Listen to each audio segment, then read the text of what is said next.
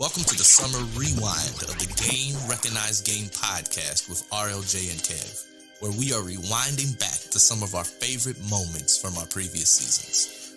Let's get it. Yeah, man. But listen, her fans loved it. Hey. Some did, some didn't. It's making her money. That's all that matters. Hey, congratulations to her. She's still fine. Hey, if I can't get Beyonce, I'll take Solange any day. I love her. That's a tall drink of water right there. Stay hydrated, my Stay friends. hydrated for sure. And so back on the the topic for today's episode is self-care. Yeah. And self-care for Black men is really important. What do you think? When did you first hear about the concept of self-care? Self-care? Yeah. Honestly, bro, I didn't hear about self-care until probably when I was on the verge of getting divorced. Okay. And I was going through therapy sessions and I was contemplating, like, is my marriage, is it something that I really want to continue? Mm-hmm. I think part of it was I believe that self-care was a mechanism of escape versus a mechanism of re-energizing and putting an investment back in you to go forward and live life with vigor. Mm-hmm. And so I think that's probably the time that I learned about self-care.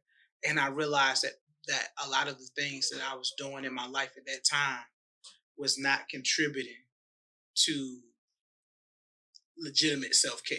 Okay. You know, not going home, not coming home because I didn't want to have a conflict with my wife, so I would go to the bar instead. Trying to find a sense of belonging or appreciation and things other than God in my family. Okay. Right. Really trying to find love and fill an empty space, you know. And this isn't to brag or boast because I'm broke. I'm trying to get there. But, you know, I bought a new house. Right. First person in the giant. And it didn't fill that space. I bought a new car with 0 miles on it. Didn't fill the empty space. Found activities and relationships that were not my wife. And it didn't bring me that sense of fulfillment. And so when you think about self-care, I think as Black men, no one tells us it's something that has to be a priority. Right. And we end up learning about self-care when we have made all of the wrong decisions. Mm. And so in my case, I found out about self-care after I fell flat on my ass and realized, like, damn, I probably should have done some things differently, but I didn't. And so I'm just trying to, now I'm at a point in a good space in life where I feel as if I can understand what love means. I understand how to fill that empty space. I think last episode we referenced the Escape song. We referenced an Escape song. Who can I run to? Who can I run to fill that empty space? Who can I run to when I need love? Yeah. What do you run to when you need love? That's a sermon. Hey man, who do you run to? Hey, I don't think they want me in nobody's pulpit. I don't think they want me in nobody's pulpit. I'll drink to that. But I'm just saying, if Peter could craft the church, and if Paul could open up the church to a broader audience, then maybe Kev needs to get in the pulpit. Hey, soon. It's possible. It's possible. Don't rule it out. But I really think this idea of self-care and doing the wrong things because I was trying to fill a void of something that didn't exist or something I didn't perceive as value or having value. Yeah, I think for me, so, as a life coach, I'm helping others, right? I'm always pouring into others. Yeah. And I got to the point where I was empty. Right. And my mentor told me, it was random. I don't even think he knew he was speaking to my situation. But he says, you can't pour from an empty vessel. Ain't nothing in it. If it's empty, you can You- shake that bad boy as much as you can. And, and an empty lantern will provide no light. That's facts. And so I was working a job, toxic, right? And I wasn't able to keep it in its lane. It was spilling over into other aspects of my life. Okay. And so self-care, I was practicing, and I'm helping my clients map out self-care plans. You know, I'm good, right? But now I wasn't making it, like you said, a priority for me, because I was making it a priority for everyone that was around me. Exactly. And so I had to get to the point where I needed to start doing the things that I was helping my clients work on, right? When, like, with the job, when I was cussing every day. It was bad. And I'm the cusser on the show. It was bad. I ain't really dropped too many F-bombs, you know, but I'll drop a shit in an ass every now and then. But I'm the cusser on the show. He rarely cusses. It was bad, bro. So if you cussing every day. It was every day, right? That's... Plus, I was sitting in traffic, right? So I was commuting. And so I'm in the car for about an hour and 15 minutes, right?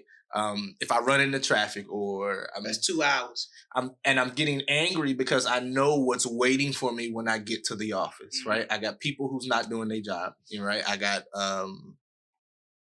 people who don't want to show up to do their job. And so, like, the glass balls are being dropped, but we have students within these balls. Yeah. Right? Yeah. And so if you're not there to do your job to make sure the students are supported, I gotta catch it, right? Or if my colleague over here is not coming in today, but they're taking care of something, the students still deserve this level of high service that we promised them, right? And so I was burned out. I was cussing and I was burned out, right? And so I started going to therapy once a week. Okay. Like, therapy? Yeah. How did that work out for you? It was good, right?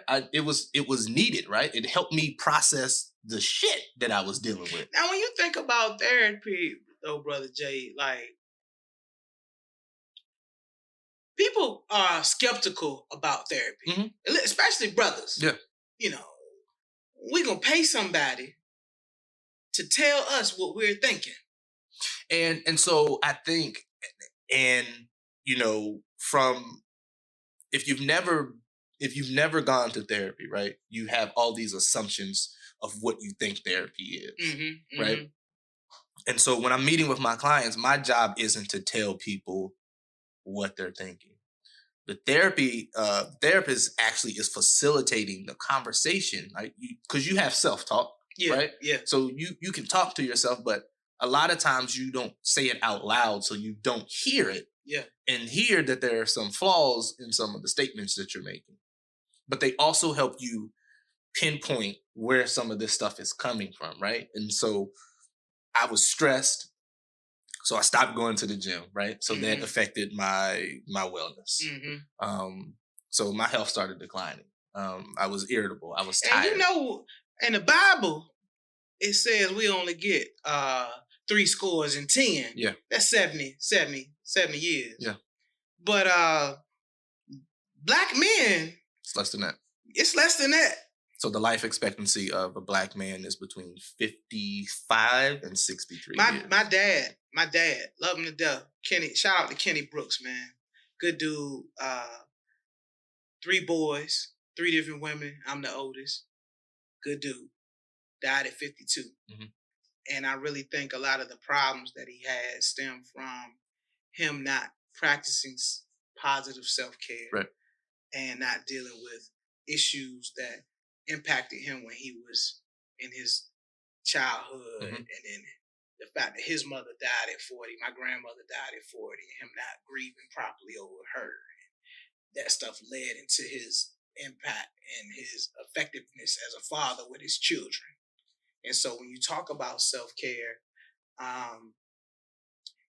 it impacts all aspects of our well-being. Mhm. It spills over, right? It's just Okay. like, right now I have this cup, right? If I keep pouring water in it, eventually the cup is not going to have anything else to hold. I Mhm. mean, like there's no more room in the cup, and the water's going to spill out. So now Yeah. it's on the table. Yeah, And if I don't catch it before it gets off the table, now it's on the carpet, exactly. right? And if I don't catch it before it gets on the carpet, it's going to get over all the stuff that's on the carpet. And so what could have been prevented has now damaged other aspects. Exactly. And so I recognized it, right? I Mhm. recognized it. And I think that was the time when, I took 2 weeks off of work Mhm. and I was out. And they was like, who's going to figure it out, right? I was cussing at people. I think you were in Cuba. Were you in Cuba? No, the first time I was in Dubai, I was gone. Yeah, okay. Right. Then I went to Cuba. Mhm. But then, like, even when I got back from Cuba, I didn't come into the office for another week. Right? Not because you couldn't. No, I had no desire to. I took the time off. Don't call me. Yeah. If it's an emergency and you call me, I'm not an EMT. I can't save your life. Yeah. And I'm too far away to come to the site to help anyway. Figure it out. Right. And so that's the place that I was in. And I was talking with a lot of people, and I was like, yo, a lot of people are saying that it's selfish, but it's just me being personal, right? Mhm. I'm taking what I need because you're not giving me what I need, right? If I communicate to my employer that I'm stressed and I need this, don't give me some more work to do, right? Don't clap and then give me something else that I'm chiefly responsible for, and then not give me the people that's going to do the work. Well, let me ask you this. Whose job is it? For self-care? Yeah, whose job is it to provide you with the tools that you need for self-care? And Is it your employer? Is it your family? Is it you? So like, who holds the bag? The bag. Yeah. So I think you are chiefly responsible for making sure you're getting what you need, right? As an employer, to make sure that you are at work to do your job, I need to make sure that you're well 1st. Mhm. Right. And so I need to have a holistic approach to checking in with you. Right. Yeah. So if I'm your manager, I need to have a rapport with you, and I need to notice that, Kevin normally comes in, says some stupid stuff, and then goes to his desk, and then we can hear him laughing. Kevin ain't said a word when he walked in today. He has on his headphones, and actually he's working from a different office. Right. We have to find him to have a conversation with him. Yeah. He's not responding to email. He's not on our instant messenger, whatever. Now we need to investigate. It shouldn't get to the point where we have to investigate. The first time we see the behavior change, right? When the pattern is no longer consistent, that's when we need to lean in. Mm. And that's like with friends, with, you and I, we can look at each other and be like, yo, you good? Yo, it can tell, right? too. Yo, you good? Or it can like, tell. and if I knew you wasn't good, instead of asking, I'm like, yo, let's go to, where do we go? Tropical Smoothie. Let's go to Tropical Smoothie. Yeah, let's take a walk quick, man. And we walk around, right? Or if we mention your name, we need a check. Or we go to Bar Louie, and But I don't know if that's positive self-care or not. Hey, the tater tots was good. The tater tots was good, man. The drinks was better. Uncle Julio's. Uncle Julio? Oh, yes. If we at Uncle Julio's, that means we shutting it down. We shutting it down. That means that a lot has been going on. Yeah. And so you get to the point where you have to figure out what it is that you need, and you have to take it. Okay. Right? And so I needed You have to take it. I needed time away from the job. And a lot of times people try to make you guilty, or say, they start looking at the calendar of the work instead of your wellness, right? It's like, oh, well, this wouldn't be a good time for you to be out of the office because X, Y, and Z, right? And so what I did was I had to change my language. I'm not requesting the time off. I'm telling you, I'm not finna be here on this date, and this date. Now, you can look for me if you want. You can call me. You can send an email. You can come sit at my desk. What I am telling you in this email is that I will be back on this date. I will not be communicating while I'm out, right? And so I had to change my language because I don't need permission to practice self-care. But think about this, though, RLJ. I mean, in the Black community, yep, I love my people. Mm-hmm. I love who we are. Yep. Self-care is still somewhat of a myth. And I think it dates back to slavery, honestly, because we came to the country designed to endure. Yeah. And just take it. But you have to think about for instance, I wasn't born in slavery. True. I'm from a different cloth, and I was having this conversation with someone the other day. I was like, I couldn't have done it. Mm-hmm. Right, me being who I wouldn't have done it. Couldn't have done it. Like I would have jumped off the ship. Mm-hmm. Right. Like on Black Panther. Oh yeah. Who knew that death was better than bondage? Yeah, man. Right, but I'm taking out somebody with me on the way out. I'm Killmonger. I'm killing a few people on the way out. We can't be Killmonger though in life. We can't. We don't have that option, right? And so, yes. And I think it's because there's this level of expectation or responsibility that we put on each other, right? And so, for instance, if I'm the oldest sibling, I have an unspoken responsibility to make sure the rest of my siblings are in order. To be a parent.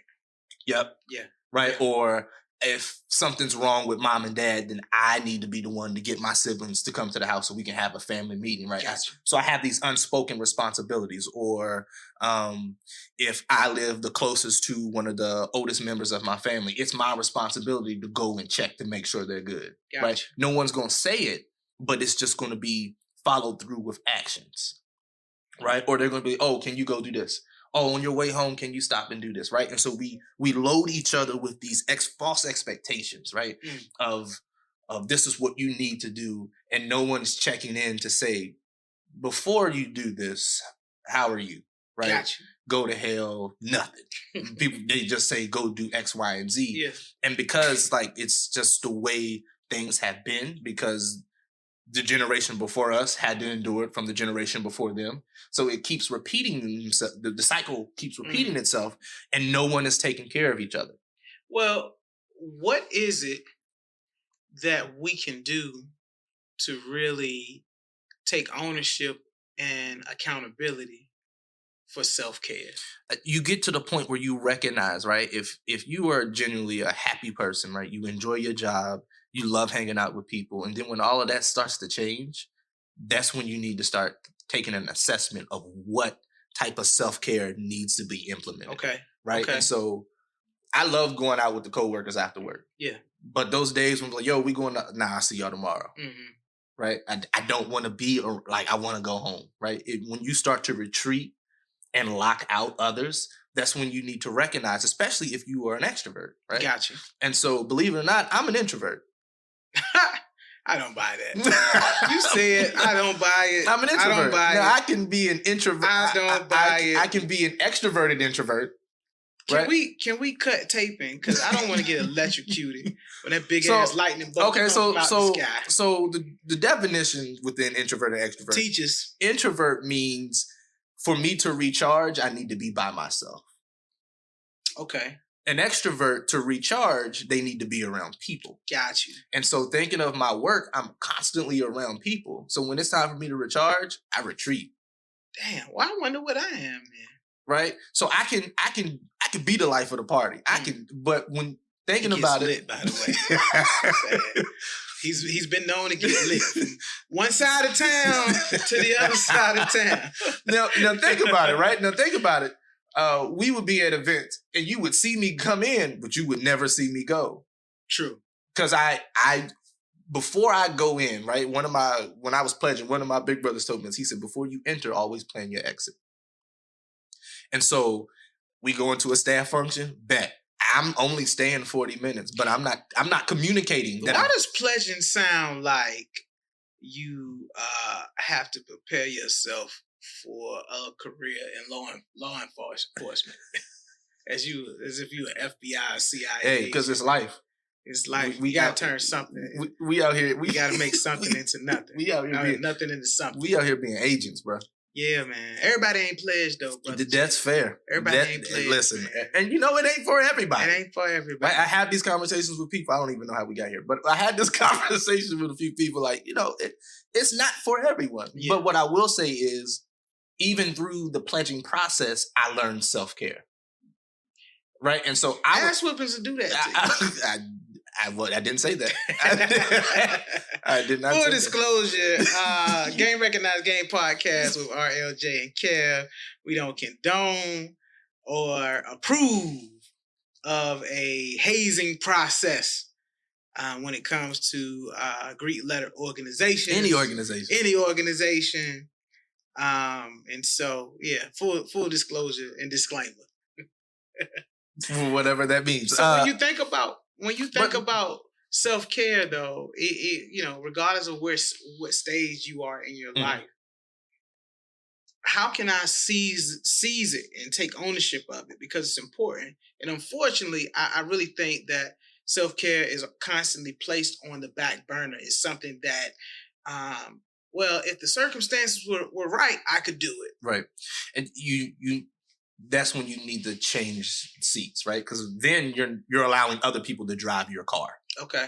Right. And so self-care is about being in the driver's seat of your own wellness.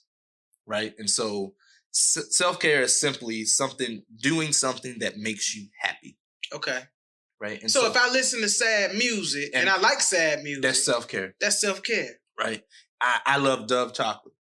Right. And so indulging in a piece of Dove chocolate in the middle of the day. Right. So that was the candy that I would be eating in staff meetings when I didn't want to talk. Ronald, what are your thoughts? I would be opening the wrappers slow and detailed. I would read the message on the inside and I would eat candy and not talking. I'm in self-care right now because what I really want to say might get me fired. Gotcha. Right. And so being able to regulate and know, right? Reading the thermostat. Gotcha. Reading your own personal thermostat to be like, something's wrong. Something's off. I'm running high right now. And so figuring out the easiest thing or the easiest method is basically doing something that makes you happy. And so I would agree, but I would also say, how can you, because too much of a good thing is a bad thing. Everything's good in moderation. Right. And so for the brothers, how can we regulate, like not to overextend? Because if I love being around a beautiful woman, I knew you was good. Okay, well, I went there. I went there. I'm here. I'm here. I'm with you. Okay. Subject of this episode, Game Recognized Game Podcast with RLJ and Kev. We are talking about self-care. Yep. How do I know when enough is enough? Like I probably need to pull back because if I like being around a beautiful woman, am I wrong for it? If I like to be around multiple beautiful women, am I wrong for it? So I think it's all about intention versus impact. Okay. Right. The intention is that I'm going to be around them. They're going to make me, just being in their presence is going to make me. The impact is if I do too much. Okay. Right. I've been known to do too much. Yeah. Fair enough. If I do too much, right. And so like if I'm with 3 different women each day. That's a lot. That's a lot. And I'm almost 40. I don't think I can do that. And that's going beyond the intention of just being around them. Now I'm getting other things fulfilled, right? And so if your self-care is to go to the bar and have a drink, stop yourself at that drink. Because it's no longer self-care, it's now abuse. If you go beyond that one drink. Because the experience is, I like to be social. I might have a drink to vibe within that atmosphere. Right. But when I get to the point where it's 4 or 5. Or I'm taking shots. I've gone beyond. It's too far. The initial intent. Yeah. Got it. Right. So the difference between self-care and, as you mentioned, abuse. Yeah. Understand. Right. And so self-care, for instance, when I took 2 weeks off work. Now, if I come back for another week and I take 2 more weeks off, now I'm abusing my PTO, right? But I'm also putting other people at a deficit because a key player is gone from the team. And so to think about if you're abusing self-care, it might have a negative impact on your progress or people or systems and process around you. Yeah, or your job. And your job dictates your money, and your money pays your rent, your utilities, your mortgage, like your livelihood, right? So you don't want to do anything that's going to put your livelihood in jeopardy, right? And so if I'm going to the bar for self-care and I'm having a drink, right, I'm enjoying happy hour. Not necessarily going to the bar, I'm going to a happy hour, right? And I have a drink at happy hour. If I become too intoxicated to the point where I can't function, right, that's no longer self-care. Because now, how am I going to get home? True. This is the piece that I think is missing though. Because you can go to the bar for happy hour and have a drink, and then you can overextend yourself and get to a point where you're making foolish decisions that can impact you in a negative way. But if you're a functional alcoholic, and so going back to right. If you're a functional alcoholic, then we need to focus on the alcoholism. Okay. Right. Two separate pieces. And so if the addiction is there, you feeding the addiction is not self-care. Got it. Right. And so if you are an overeater and you are indulging on stuff you're not supposed to be eating, that's not self-care. That's feeding your addiction. Okay. Right. Or feeding the issue. How do you distinguish an addiction versus something that you need to do to provide you energy? Because I think that's where a lot of brothers fall short. You know, you think it's self-care, but you're either running from a problem or, like you said, you're feeding into something that is going to have a greater repercussions at a later date. I think so. With the addiction, right? That causes damaging effects, right? So if I have an addiction to drugs, that's going to impair other parts of my life, and so self-care isn't about impairing, right? It's about repairing. Okay. And so if I need time away, then I'm taking the time away, right? Gotcha. If I know I'm stressed, anytime I have this meeting at this round table, I'm stressed. I need to do something to relieve that stress, or I'm going to hold it in. And then what happens with Black men with stress? Heart attack, stroke, death. Everything, man. They're taking us out. Right? So stress is the silent killer. It's taking out brothers because we don't know how do we manage it? How do we handle? How do we respond to the stress, right? Okay. To continue listening to Practicing Self-Care, check out Season 1, Episode 3 of the Game Recognized Game podcast with RLJ and Kev, available on all streaming platforms. Stay cool and be light.